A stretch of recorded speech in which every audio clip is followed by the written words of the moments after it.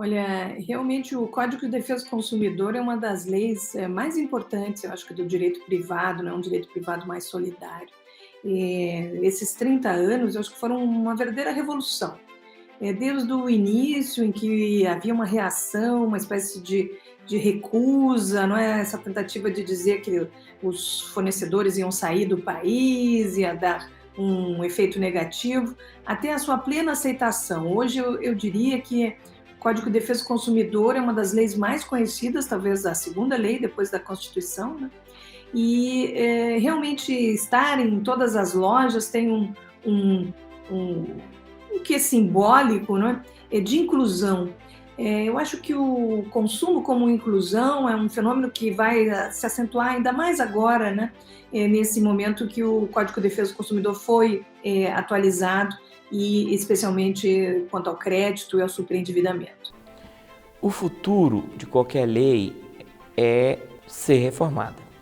Primeiro, porque nenhuma lei nasce perfeita. Hoje eu vejo dispositivos lá. Cada dispositivo daquele passou pela minha revisão. Porque, como eu disse, eu fui o assessor do relator, do deputado Joaci Góes. Mas é obra humana. E eu confesso que eu era muito jovem naquela época, não tinha experiência legislativa. É até um milagre que o texto seja o que seja. Mas nós nos esmeramos. E a cada dia eu via alguma coisa, mudava. O deputado Joaci Góes reclamava muito. Mas você muda muito. Mas tinha que mudar. Então, primeiro isso. A lei já nasce imperfeita. Mas há um outro aspecto. É que a legislação do consumidor vem para regrar as relações humanas no mercado, que por natureza é mutável. Uma das características de qualquer mercado é a velocidade das transformações. E neste período de 25 anos, muita coisa mudou. Nós não tínhamos o superendividamento das pessoas, dos consumidores, de uma forma massiva como hoje. Pessoas endividadas existiam, mas não como uma coletividade de dezenas de milhões de pessoas que estão absolutamente inviabilizadas na perspectiva financeira, como uma bomba que pode explodir a qualquer momento. A professora Ada Pellegrini Grinover, que é uma figura-chave na defesa do consumidor brasileiro. Foram feitos 3 projetos de lei de alteração, ou melhor, de atualização do Código. Comércio eletrônico, superendividamento e a parte processual da Lei da Ação Civil Pública. Vejo a aprovação das normas da Lei do Superendividamento, Lei nº 14.181/2012.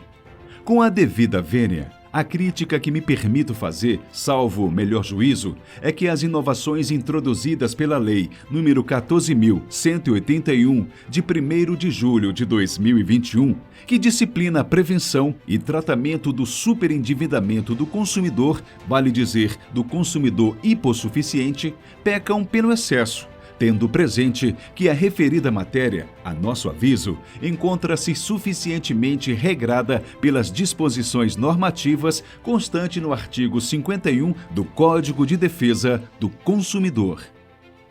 Eu pensei que não deveria haver essas alterações, só que no que diz respeito à questão do superendividamento, eu acho que sim, era a hora de se fazer essa introdução dessas novidades, e até eu troquei algumas ideias, ainda que rapidamente, com a professora Cláudia Lima Marques e com outros colegas da área consumerista, e alertei a ela, depois que a lei foi promulgada, foi sancionada, publicada, etc., falei, professora Cláudia, estamos falando aqui não especificamente sobre a lei do superendividamento. O que diz respeito à lei no sentido geral, que fala da prevenção e tratamento do superendividamento, eu acho que está correto, né? É claro que vai haver uma grande polêmica a respeito do mínimo de subsistência do superendividado, depois que ele entrar e aceitar, ou melhor, ele não, mas os credores dele aceitarem a inovação, o parcelamento da dívida, o tratamento especial da dívida. Lei extremamente importante, e veio justamente numa hora em que a sociedade brasileira está passando por um agravamento da situação de superendividamento. Essa lei resultou do trabalho da Comissão de Atualização do Código de Defesa do Consumidor, que foi constituída pelo Senado em 2010, em dezembro de 2010, comissão presidida pelo ministro Herman Benjamin, secretariada pela professora Cláudia Lima Marques, né? E professora Ada, eu e mais outras pessoas fizemos parte dessa comissão. E no capítulo que cuida do crédito ao consumidor, né, que estava havendo um crédito muito agressivo, né, com oferta de créditos, cartões de créditos, de oferta de produtos. A lei demorou muito, quase 10 anos. No fim, a situação foi se agravando. O Senado acabou aprovando e foi para a Câmara. Na Câmara, houve realmente um debate intenso, e eu me lembro que o relator do projeto, ele menciona, né, que naquela altura, antes da pandemia, já existiam mais de 60 milhões de superendividados no Brasil. Então era um problema extremamente grave, e felizmente a Câmara acabou aprovando, e o Senado voltou para o Senado por talvez pequenas alterações, e o projeto foi aprovado com alguns vetos, né? Mas a lei é extremamente importante e oportuna. Em 2010, foi instituída uma comissão pela presidência do Senado para atualizar, não modificar, atualizar o Código de Defesa do Consumidor. Então, a comissão trabalhou com essas 3 linhas: comércio eletrônico, crédito e superendividamento e ações coletivas. Depois de um trabalho foi em 2010, de aproximadamente 2-3 anos de trabalho, com audiências públicas no Brasil inteiro. A comissão, depois de elaborar os anteprojetos, viajou, né, para o Brasil, para várias cidades, e recebeu também críticas aqui em Brasília, né, audiências públicas. Resultou em 3 projetos de lei exatamente nessas áreas, que foram encaminhados para o Senado. O projeto da ação coletiva foi, como a própria professora Ada Pellegrini já previa, foi arquivado. O projeto do comércio eletrônico e da crédito e superendividamento eram os PLS 281, 282 e 283. O de comércio eletrônico e de crédito foram aprovados e foram para a Câmara dos Deputados. Só um parênteses, né? A professora Ada, a saudosa professora Ada, dizia o seguinte: a depender do Congresso Nacional, esse projeto de lei de ações coletivas não vai passar. E mais, eu diria que o Congresso Nacional, a depender dele, ele até revoga a parte do Código de Defesa do Consumidor na área de ações coletivas. E o projeto de comércio eletrônico continua em tramitação na Câmara dos Deputados, e o projeto de crédito e superendividamento foi aprovado, transformou na Lei 14.181 em julho agora de 2021. Começando pela lei do superendividamento, e com a esperança, né, de que outras leis venham. Por exemplo, uma lei muito importante, além do comércio eletrônico, seria dotar os PROCONs de poderes mais amplos, né, os PROCONs fazem um trabalho magnífico no atendimento do consumidor, na sanção administrativa, mas ter algum fortalecimento deles, por exemplo, deles poderem impor obrigações de fazer, de que os acordos já são, né, em parte homologados, mas que pudessem, toda aquela fase de colheita, quando não frutifica num acordo, poder já servir como um elemento pré-constituído para uma ação junto a juizados especiais cíveis, também um aperfeiçoamento de toda a parte de conciliação, sobretudo eletrônica, né, com questões como o atendimento eletrônico dos PROCONs ou o consumidor.gov sendo estendido a mais situações, né, e então possibilitar uma melhor implementação de toda essa conciliação eletrônica, enfim, né, uma série de fortalecimentos, sejam de cunho legislativo, sejam de cunho material, né, de estruturar melhor o sistema nacional. Se falar, a defesa do consumidor é inefetiva do ponto de vista processual. Essa questão de legitimidade, por exemplo. Daí a razão pela qual a professora Ada está capitaneando um projeto de reforma do Código do Consumidor, há 3 de iniciativa do Senado da República.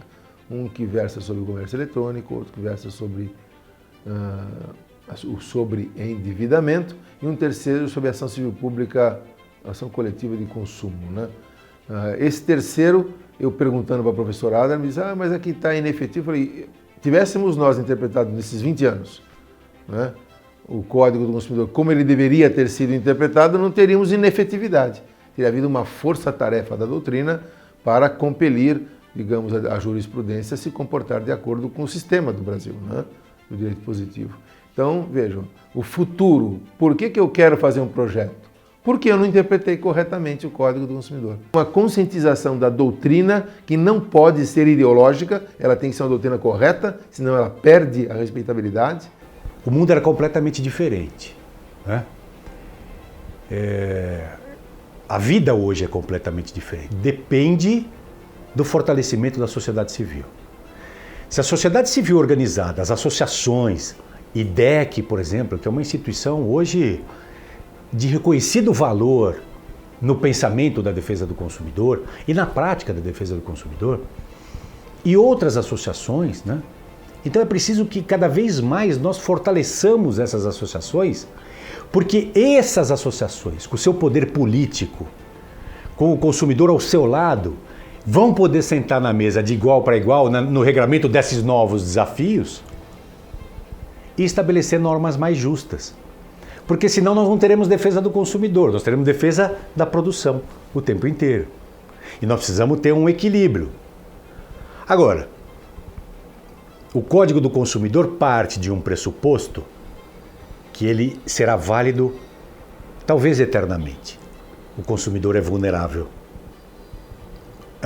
A parte economicamente mais forte é o fornecedor, é o setor produtivo.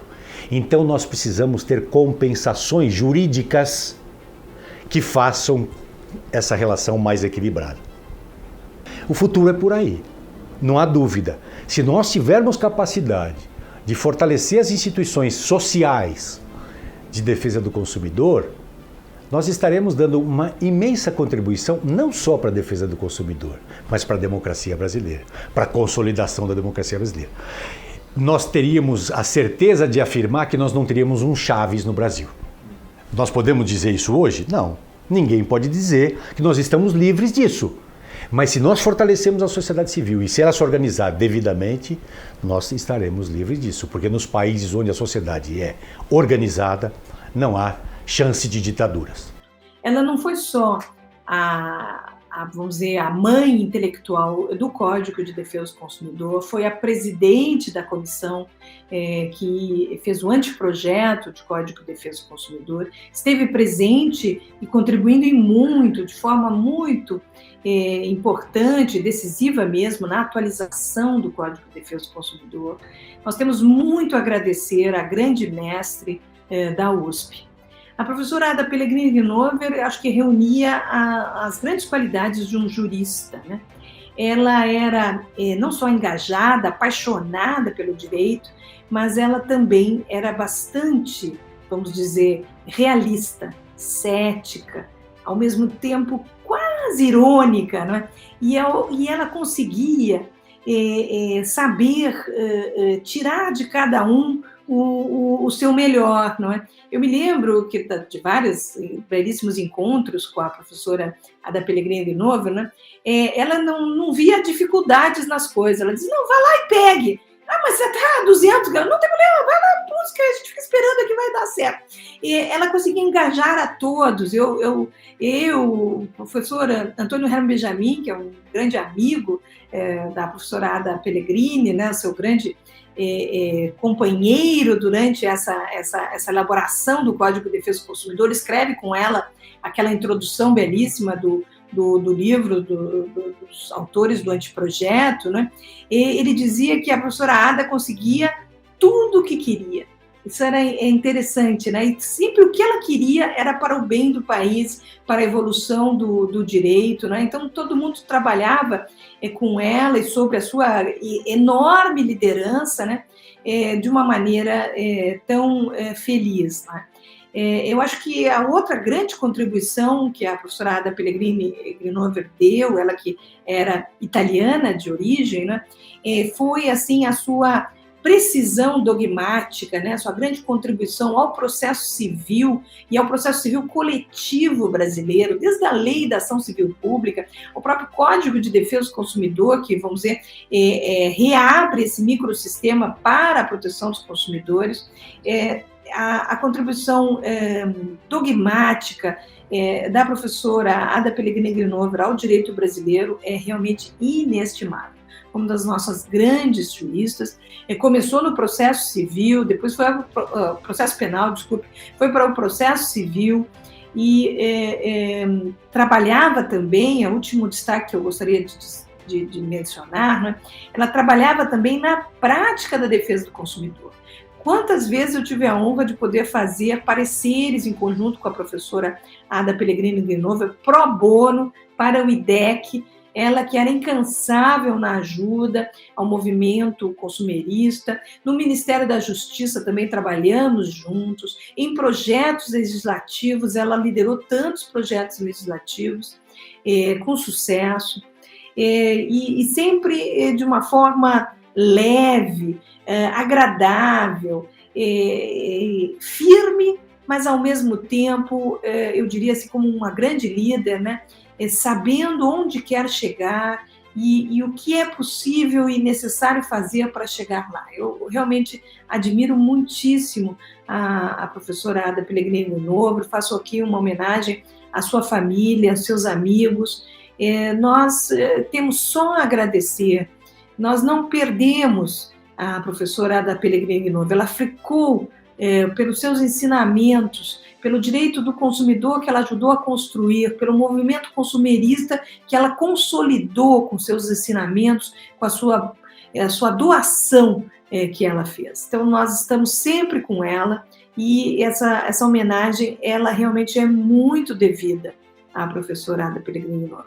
Se há um consumerista brasileiro a que devemos o próprio código e toda essa evolução é a professora Ada. E eu fico especialmente feliz nesse momento em que frisamos muito, né, o protagonismo feminino. O protagonismo da professora Ada Pellegrini Grinover era indiscutível em tempos em que isso podia ser raro, né? Com ela não era realmente por muito mérito, muito trabalho, muita dedicação, e todo o Brasil e todo o movimento consumerista agradece.